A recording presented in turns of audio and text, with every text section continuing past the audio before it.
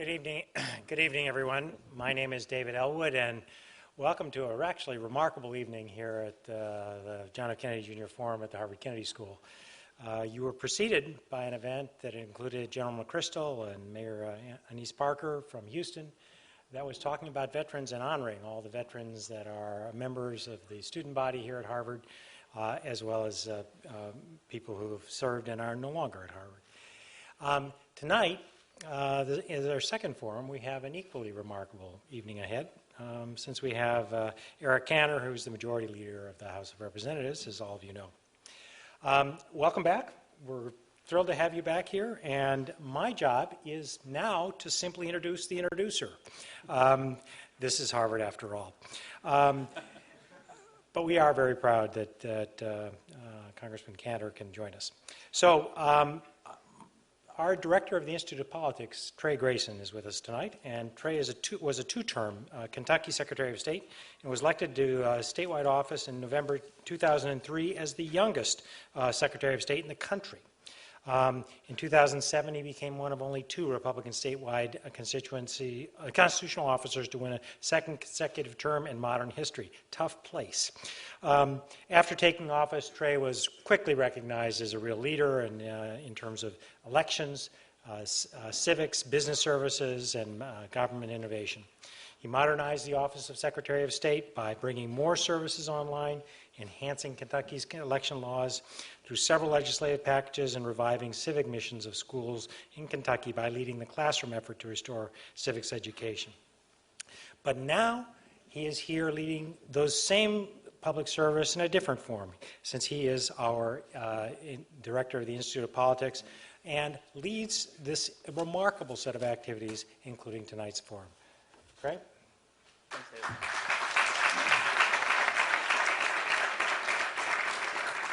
Thanks, Dean Ellwood, and he's absolutely right. This is a pretty extraordinary evening here at Harvard Kennedy School. I want to welcome all of you to the John F. Kennedy Jr. Forum to listen to Leader Cantor. Representative Eric Cantor was first elected to the United States Congress in 2000 and quickly became elected. He was elected to leadership at the end of his first term, becoming Deputy Whip. We like to take credit for that because, you see, he attended the New Members of Congress conference that Harvard hosts every 2 years, and he obviously was one of our star pupils at that orientation after his 2000 election. So after one term, he went into leadership as Deputy Whip, and then became the Whip, and ultimately became the Republican leader when Republicans took back over the Congress after the 2010 elections. Leader Cantor is married to Diana, who he met on a blind date, and they are the proud parents of 3 children, and he represents the Richmond, Virginia area, and does so quite well. So please join me in welcoming Leader Eric Cantor.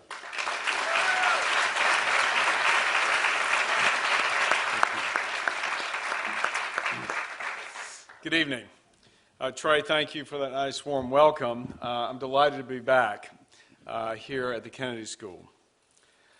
Now, we must all regularly take the opportunity to reflect on our purpose and our plan to achieve our goals. We must question where we are, where we're going, and how we plan to get there. And in Washington, this is an imperative. Going into this new Congress, I examined what we could do in service to our nation in the political and economic environment in which we live. And at the root of what I aim to accomplish through the privilege of serving in Congress is not just to balance budgets and to instill accountability in government, but it is to try and make a difference in the way life works for the American people. I am delighted to be back here at Harvard and to share some of my thoughts towards this end. When I was here a little over 2 years ago, I spoke about this institution being the crucible for innovation, and that in America we have developed an expertise in innovation and in taking that innovation and those ideas to market. My message then was, with innovation comes jobs, economic growth and opportunity. Moreover, public policy should aim to create the conditions for more Americans to enjoy the fruits of this innovation. That mission hasn't changed. However, over the last few years, too many Americans have become disaffected. They feel left out due to a lack of education, skills, resources, or time. Millions of Americans need relief, and they need some help in order to gain the safety and security that comes from income mobility. Now, in many instances, government policy can address these problems, but it's not always about spending money. America's best asset is its people, and our government in Washington should start believing in them. Policy prescriptions should be geared toward empowering people, especially the disaffected. The people of America accomplish more, and they accomplish most when they're educated. In an 1822 letter, Thomas Jefferson wrote, "I look to the diffusion of light and education as the resource to be relied on for ameliorating the condition, promoting the virtue, and advancing the happiness of man." Too many millions of Americans do not have access to a quality education, and this has got to change.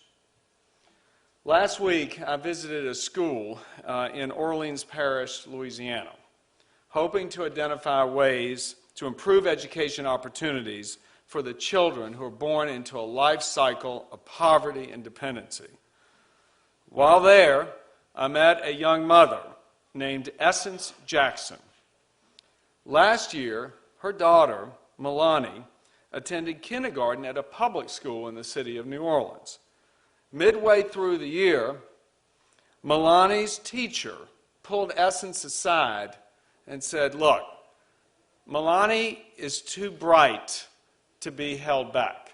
She's too bright to be kept in this school. You've got to avail her of a better opportunity." And she prodded and cajoled and convinced Essence to apply Milani for the Louisiana Scholarship Program. That program, the teacher said, would ensure that Milani would have a way out of this failing school and an opportunity to find another school that could actually give her an avenue for advancement and a route towards a quality education. Milani this year attends first grade at Our Lady of Prompt Succor Elementary School and is a participant in the Louisiana Scholarship Program. Although there's much controversy surrounding the scholarship program, Essence is a believer. She told me she'd do anything she could to make sure that Milani could stay at that school. It makes that much of a difference. Caring teachers, nurturing, motivated administrators, and above all, a safe environment for Milani to learn. And Essence is praying that the Louisiana Supreme Court throws out the case challenging the Louisiana Scholarship Program. You know, throughout the country, there are other models in place which help kids just like Milani. And the job for us in Congress is to determine their applicability at the federal level. San Francisco Public Schools adopted a funding mechanism according to what's termed a weighted student formula. And under this policy, the more students the school attracts, the more money that school, its administrators, and its teachers receive. Low-income students are weighted heavier in the funding formula, as are children with disabilities and those learning English as a second language. So there's incentives for schools to seek the more vulnerable population and reasons for schools to differentiate themselves and excel. Imagine if we were to try and move in that direction with federal funding. Allow the money we currently spend to actually follow the individual children. Allow the money to actually make a difference. Students, including those without a lot of money or those with special needs, would be able to access the best available school, not just the failing school that they're assigned to. As was the case for Essence and her daughter Milani, options ought to include not just public schools or private schools, but also charter schools. A competitive environment where the schools compete for the children rather than the other way around, could give every child from the inner city of Boston or New York to Los Angeles an equal chance at a greater destiny. And one of my priorities as Congress will be to move heaven and earth to fix our education system for the most vulnerable. Doing so will give America the best chance to protecting tomorrow for a generation of smart and capable young people. Now, many students and their families are dealing with the tragic challenges presented by grave illness and terminal disease. Not only do they rely on an affordable system of quality care, they also cling to the hope that a miracle will occur and a cure will appear. Last year, I had the opportunity to visit Partners Healthcare here in Boston. Harvard, together with scientists and doctors at Mass General, are building new technologies and treatments and have realized some amazing biomedical breakthroughs. These advancements have resulted in life-saving treatments, as well as therapies adding to the quality of life for millions of patients. But there's still work to be done. And there are many patients around this country, if not the world, still struggling, still hoping that their day for a cure will come. Now, one of those patients is a constituent of mine. She is one of the most courageous people I know. Her name is Katie, and she is a 12-year-old girl from Richmond. I've known Katie for many years. Katie was diagnosed with a brain tumor just after her first birthday. This is any parent's worst nightmare. First, for years, she went through different treatments and therapies with little success. And finally, at age 7, she and her parents headed to St. Jude Children's Hospital in Memphis. She had a positive radiation treatment and is still doing well today. Prayers for Katie's recovery help, but we've also got to pray that scientists and researchers find cures to these diseases so that our parents and grandparents don't leave us too soon, or that children like Katie are not robbed of a healthy life. To realize the dream of faster cures, we've got to place a priority on federal investment in medical research. There should be no greater priority than curing disease. But the fiscal stress at the federal level demands we make smart choices. The government spends hundreds of millions of dollars on research that is less immediate and less critical than finding a cure for patients like Katie. Going forward, I believe that every federal research dollar should be measured against its capacity to help our families and help patients like Katie. But to ensure America's continued leadership and success in research and discovery, first we need more young scientists to dedicate their careers to this endeavor. Among other things, this requires better access to higher education and proper training for more students. For starters, we've got to make college more affordable. In 1980, the average cost of college was $8,000 a year. Today, it's over $20,000. And less than 60% of students who enroll in a 4-year program graduate within 6 years. Making matters worse, 35% of student loan borrowers under the age of 30 are more than 90 days delinquent in repaying those loans. In 2004, that number was 20%. Compounding the problem, the number of borrowers, student borrowers, has increased 70% in the last 8 years. So there are more students who've recently graduated with more student loans that they have to repay. Now, once students decide that college is for them, it's really hard to uncover the information to see what they're actually paying for. I actually had a discussion with Harvard's president today over this very notion, is what kind of duty do colleges and universities have towards prospective applicants and parents who are making this very serious decision on to commit resources and to incur loans. Because to many, it's less clear whether the dollars laid out and the loans incurred will actually pay off. Many recent graduates of colleges around the country remain unemployed. In fact, in October 2011, 5 months after graduation, the unemployment rate for graduates of that same year was 14%. Now, eventually, these graduates did find jobs, but they often took jobs unrelated to their degree and for which a degree is often unnecessary. According to President Obama's former job council, by 2020, there'll be 1.5 million jobs without the college graduates to fill them. While there's a persistent unmet demand of 400,000 to 500,000 job openings in the healthcare sector alone. Recent reports indicate there are not enough applicants with the skills necessary to fill the jobs in the booming natural gas industry in America. Suppose colleges provided prospective students with reliable information on the unemployment rate and potential earnings by major. What if parents had access to clear and understandable breakdowns between academic studies and amenities? Armed with this knowledge, students and their families could make better decisions, and frankly, they could make better decisions on how to budget their tuition dollars. Students may actually have a better chance of graduating within 4 years and getting a job. What about the adults? And the adults who are unemployed, the adults who don't have access or resources for college? What can we do? Because we've got to help them too. Now, Essence Jackson, that single mom in New Orleans, she's currently trying to put herself through college to better her career prospects. But if the court strikes down that scholarship program, Essence told me she'd quit school and she'd try and find 3 part-time jobs to make sure that Milani stayed in that elementary school.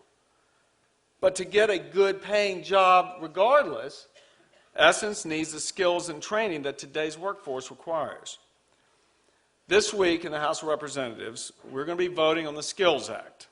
This bill streamlines the 35 overlapping job training programs that the federal government has and eliminates unnecessary red tape so that state and local resources go directly to helping people who want a job. In addition, many working parents out there are employed in hourly wage jobs. In fact, in 2011, 53.5 million Americans worked full-time and were paid hourly, not salaried. One of those people is a police officer in my district. She's a single mom, she likes her job, and she's able to juggle the responsibilities of being a police officer while managing her responsibilities at home. And she told me that the reason she's able to get along with all of this is her employer allows her a flex time arrangement. Basically, she can work overtime 1 week, and instead of getting paid time and a half, she can accept comp time so that perhaps the following week she can take her child to the doctor or she can go to an after-school activity in which her child is participating in. She's able to enjoy this kind of flexibility because she's employed by a local government and not employed in the private sector. Right now, the federal government actually prohibits private employers from offering the same benefit to working parents in the private sector. If we simply choose to give all employers this option, and allowing one to trade overtime for hours off, no working parent will have to choose between missing out on a child's first play or foregoing a day's pay. This year, we will bring forward legislation to try and fix this very obvious problem and finally give needed help to millions of working parents. These are just some of the policy areas in which the U.S. House will be pursuing this Congress. And I hope that many of these prescriptions will receive bipartisan support, something that's been a rare commodity of late in Washington.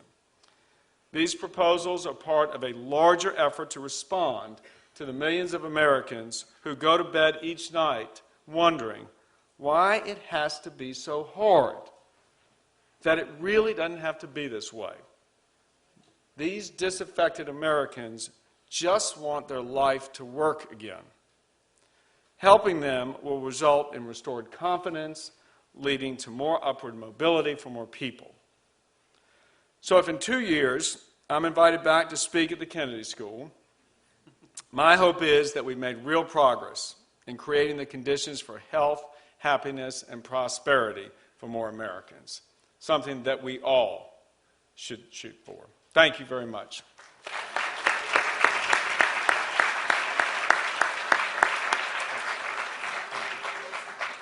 All right, now is the time for question and answers here in the forum. As you know, this is our tradition. We have 4 microphones, 2 each on the floor and 2 on the stairs. We have a lot of people already in line. We're probably not going to get to everybody, but we'll get to as many as we can. The rules of questions, they are brief. They end in a question mark. And please identify yourself, give us your name and your affiliation, and we'll start right here. Hi, my name is Darshali Vyas. I'm here with the Student Global AIDS Campaign. Will everyone that's here with me today please stand?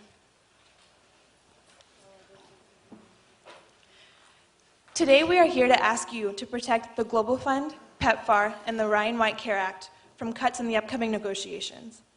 Last time when you visited the forum, we asked you to restore AIDS funding. You responded that it was all about trade-offs and that we just didn't have the money. In the 2 years since we last met, approximately 2 million people have died from AIDS-related causes because they didn't have treatment. Mr. Cantor, do you think that that was a worthwhile trade-off? Well, I had said before that I support the advancement in science so that we can eradicate diseases like AIDS. And as you know, we have right now a mechanism called the sequester that's in place. And unfortunately, that sequester takes a very blunt instrument and says across-the-board cuts to all of government, save for Social Security and Medicaid. And that's a problem because what it does is it eliminates or reduces, if you will, good programs in the same way it reduces bad. So I support research dollars. I support investment in the kinds of programs that you're talking about. But yes, there are trade-offs. And yes, we ought to advocate for those that make sense and those that can help save lives and cure disease. All right, next question up here. Good evening. My name is Auden Lawrence, and I'm a freshman at the college. I'm very grateful for the importance that you place on education. Personally, I myself feel I am a product of public education. But instead of valuing getting single students out of failing public schools, how do you specifically do you believe we can fix failing public schools for all students? Well, my response, Auden, would be this. We have to do it one student at a time. We have tried for the last 70-some years, if not more, to fix failing schools. We haven't gotten too far. And so if you think about Essence Jackson, she wanted to do something to help her child, right? So we have parents out there who are ready, who are desirous of finding just a safe place for their kids to learn. We need to respond to them because you know what? Why would you want to hold her back? Why would you want to hold her back at all? Why would anybody? And that's why I believe that you've got to hold school systems accountable. Now, I was in New Orleans, and they have created something called there is a state school district that takes over failing schools. And in fact, the legislature in my own state of Virginia just passed a similar law, which will allow then the state to move in if the schools are failing to meet those goals that a state legislature establishes for them. That is one step towards trying to say we are not going to allow for failure on the part of our school system. But we've got to try everything.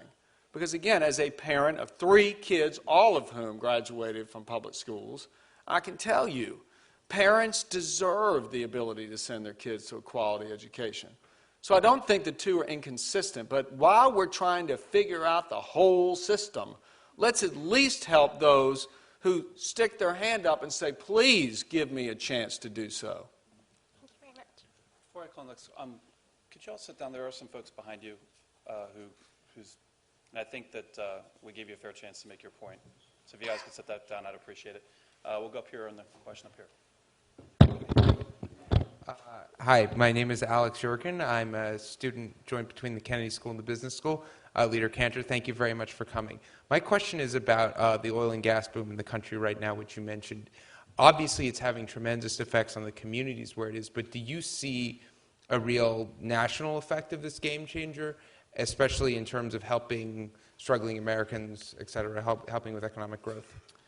I would say there's a lot of discussion nationally about what this tremendous find of indigenous resources means to us. And certainly it can mean a predictable, reliable, affordable source of energy for some time to come. It will allow for us to maintain, if not build, our competitiveness from a manufacturing standpoint. It will allow for us somewhat to become energy secure, at least. And we know what it's meant to be reliant on foreign oil. And so I think it's very, very positive. I know that there's a lot of controversy around fossil fuels. But if you look at the mix of the fuels today, fossil fuels is overwhelmingly the majority, overwhelmingly. And yes, we ought to be diverse in our energy supply. We ought to continue to pursue science to see where the alternatives are. But we've got a real advantage for all Americans in making sure that we maximize this indigenous resource that's been uncovered. Up here in the front. Can I ask everyone to please stand again? As we all know, the federal government is in a deep budget crisis.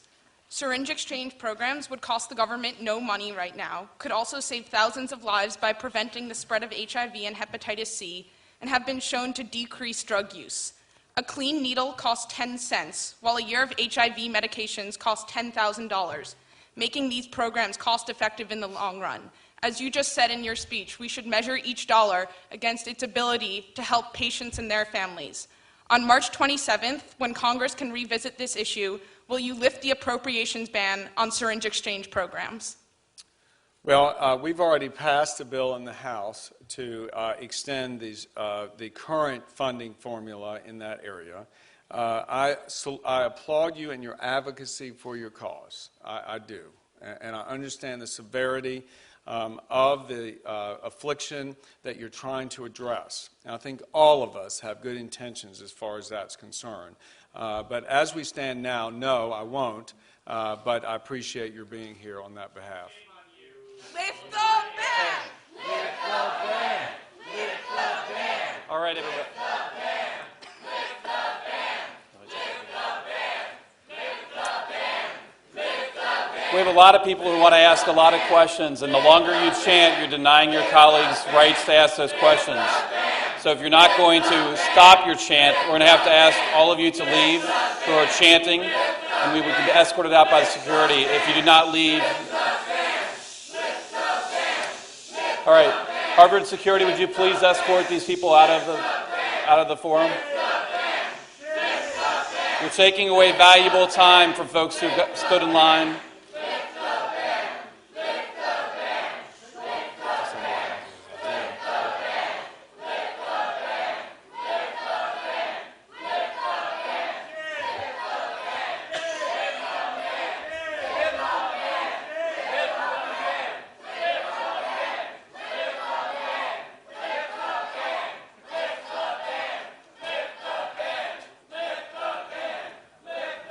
If anybody's standing, there's some good seats on the floor now available.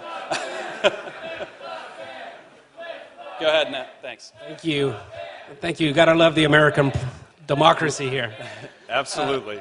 My name is Jose, and I'm from Texas, and I'm a student here at the Kennedy School. First, I want to thank you for publicly, a couple of weeks ago, you stated publicly that you were supporting the DREAM Act and the Dreamers because you feel these young people need a pathway to citizenship. But you also stated that you don't have a support yet for the rest of the million undocumented immigrants here. And two of your objections were the enforcement and the employment verification. Being the majority leader, do you feel that you'll be able to pass an immigration reform during this session? And if not, what are going to be the main hiccups? Okay, first of all, as far as the advocates you just left, it wouldn't be Harvard without that, right? So, really,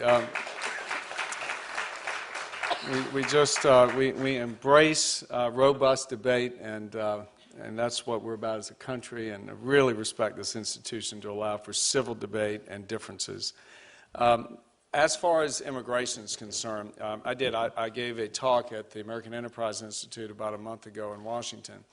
And what I said then was we have to balance the two questions surrounding immigration. One is, are we going to be that country of immigrants?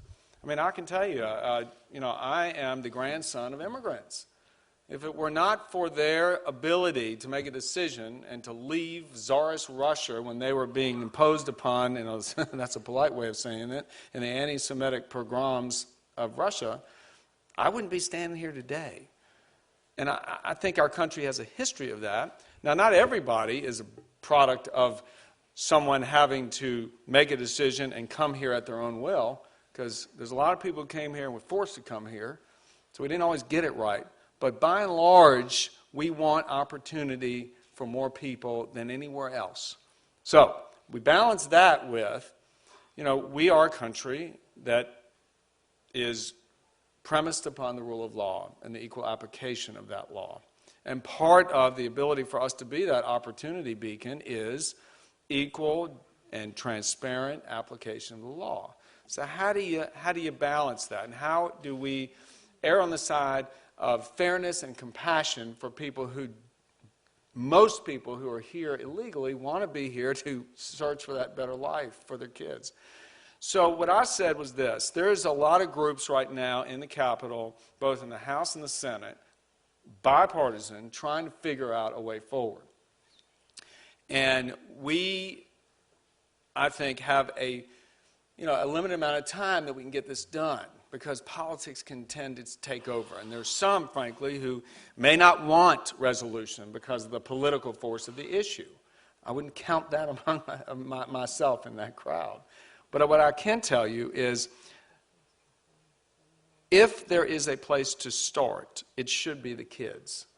The kids who either were too young to know and were brought here, or were brought here due to no decision or fault of their own, and are now here illegally, and know no other place than America's home, we should give them a path to citizenship.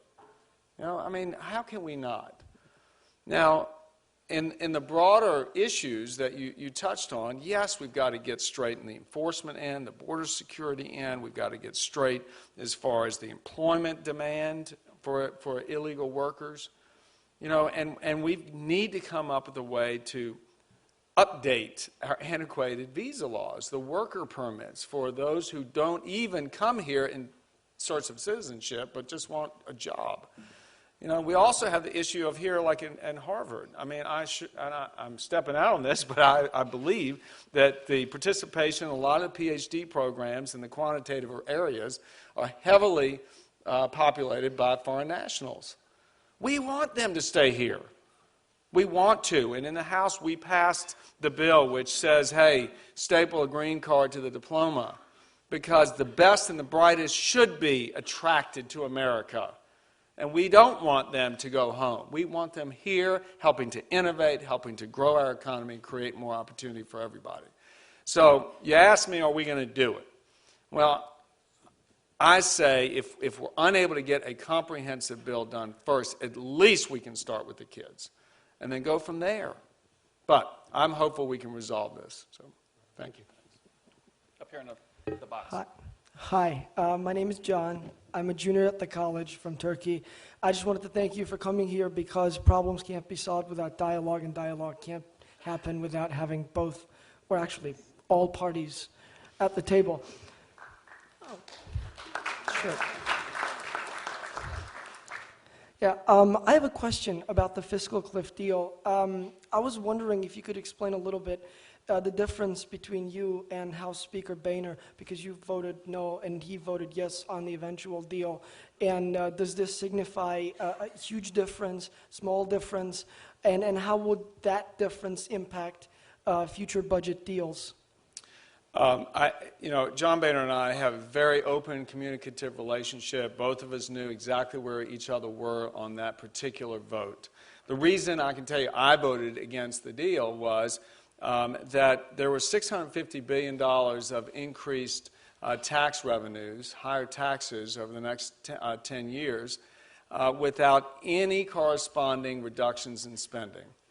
And that's why I did it, and I believe it makes it more difficult now with the President's insistence that we continue to seek more revenue and higher taxes, while that time indicated that all they were after was higher taxes. And I just don't believe that taking more people's money right now without fixing the problem is what we need to do. There is no question, there is agreement that the drivers of the deficit disproportionately are health care entitlements and the unfunded liabilities connected with those programs. We got to do something about it, or you're never going to get a handle on this debt. So again, that's why I did what I did. I'm hopeful that we can get a better deal going forward, and we're going to have to see some reductions in spending. Thank you. Hi, my name is Ben Bolger. I'm an alumnus of Harvard. I did my doctoral research in real estate development here. Before that, I did a master's at Columbia in real estate development, and I know you also did your graduate degree at Columbia in real estate development. And so what I wanted to ask you is, I know that home ownership is really a key part of the American dream. What are your thoughts for the return of real estate ownership and the future of the real estate industry given the economic situation that we're in today? Well, I haven't seen any of the studies you're probably working on here at Harvard, but I do know just anecdotally from around the country, certainly where I'm from, the housing market seems to be demonstrating some real green shoots. I think it's too early to say it's back, but I do think that demand is up. Supply for new homes, new lots is very low in some markets. So I would think that we should be bullish on home ownership. Obviously, rates are very, very low still. I think that all seems positive for home ownership. There are some bigger questions that revolve around home ownership that may or may not be resolved this Congress. One of them is the future of the government-sponsored entities, the GSEs, Fannie, Freddie, FHA, and what we do with those. Because really what's going on, and the reason why rates are so low, part of the reason at least right now, is because government, you, the taxpayers, are subsidizing people's interest rates, subsidizing indirectly your own if you're a mortgagor. So that's one question, and how we can shift towards offlaying some of that risk and liability to the private sector and still maintain a commitment to affordable housing. That's what's going on right now in a big way in the Financial Services Committee. Our chairman, Jeb Hensling from Dallas, is very, very focused on this. On the other issue is the deductibility of mortgage interest expense and what happens with that in tax reform. And both sides say they want tax reform. One of the big drivers or tax expenditures in the system right now is the ability to deduct your mortgage interest. If you take that away, you're really taking away a lot of money from people every month. So again, this is still floating out there that may also provide some jerkiness to the housing recovery.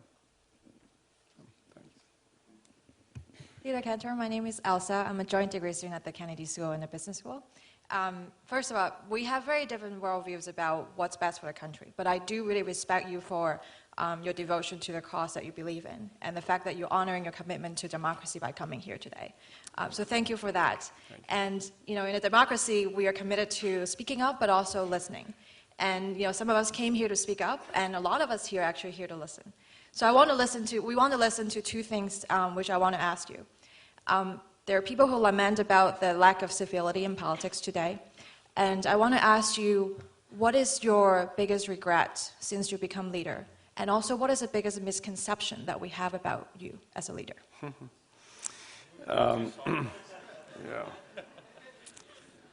Obviously, the biggest regret is we've been unable to resolve some of the issues that both sides can define with a lot of granularity. I mean, we know what's going on here. I mean, there isn't a lot of difference in identifying the problem. So that's probably the biggest regret, and we're still at it.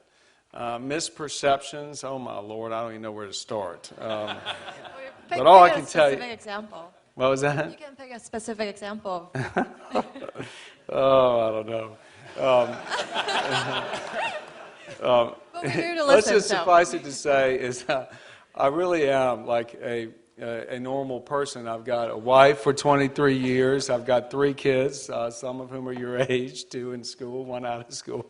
So I just feel that it's often the portrayals of those in elected office really are not accurate because for whatever reason, I think there is either a predisposed notion that a columnist or reporter has towards someone and a predisposed view of the world, or an imperative to sell news. And that's just part of our system. So you develop some thick skin with all that.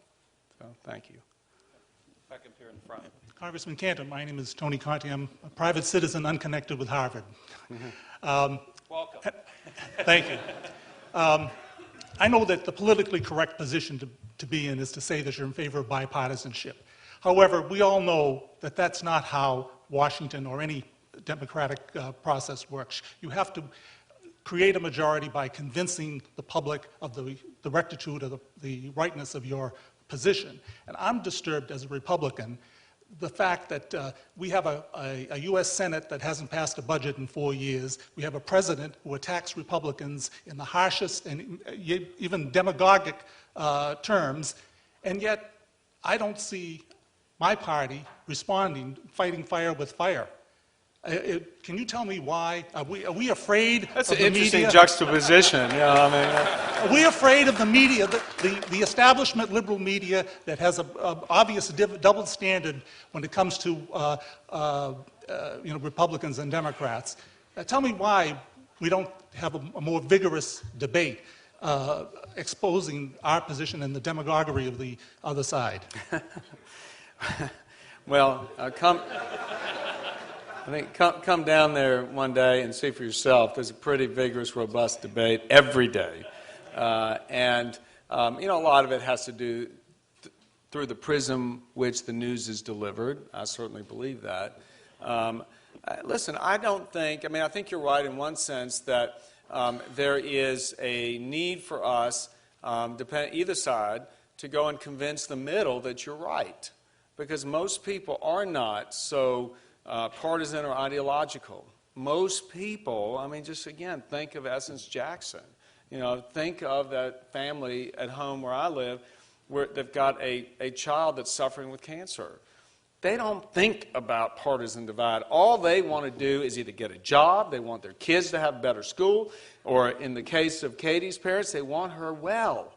Right? So I don't necessarily believe that the demagoguery or the fire with fire is a way to go and convince the independents, if you will, that there's a better way. And I believe politics comes down to ideas. I think that what you're seeing is a clash of ideas. And this president's very frustrated that he can't get a bill through, for instance, like he got Obamacare through or Dodd-Frank through. And that's because the U.S. House is there. And the U.S. House and the members, the majority there, has a very different view of health care, very different view of how we should control the excesses of those in the financial services industry. If you don't have tolerance for differences, this is what happens. It gets incendiary. I'm a believer that we need to have tolerance for differences and then be able to set those aside, the differences, and find where we can come together. I really do. So again, I hear your frustration. I don't think if you went down there for a while, you'd continue to think there wasn't a robust debate. So. Well, thank you. Up here in that box. Hi, my name is Amelia Verson, and I'm a freshman at the college. Thank you for being here. And as a member of the Forum Committee, I'd like to ask you a question on behalf of the Twitter community. How likely are House Republicans to support capping tax expenditures as part of deficit reduction? I think at this point, capping tax expenditures has to be matched with a reduction in tax rates.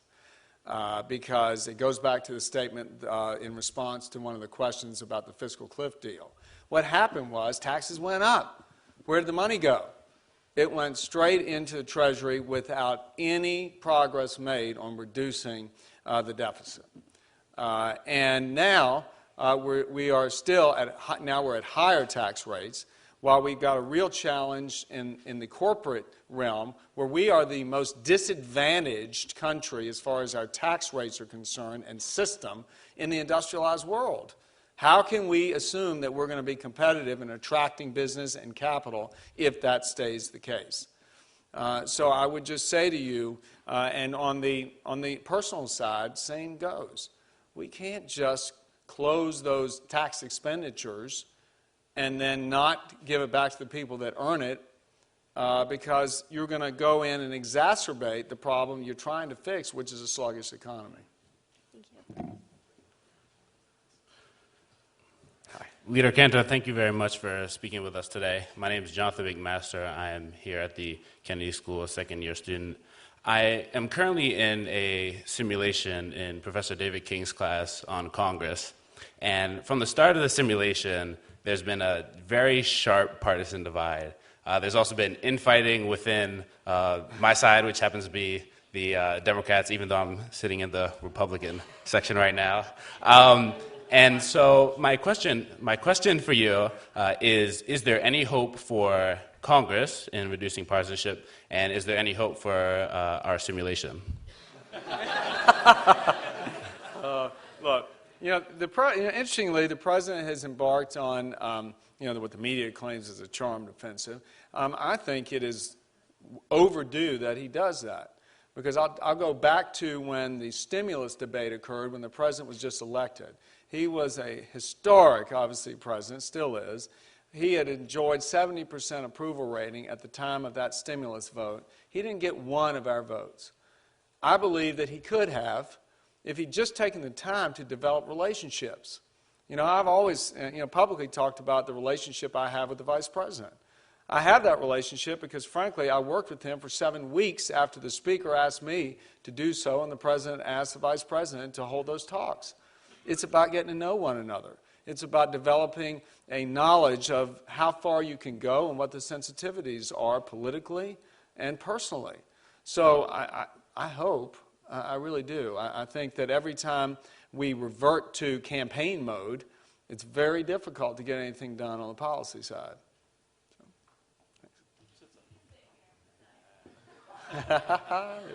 There's hope.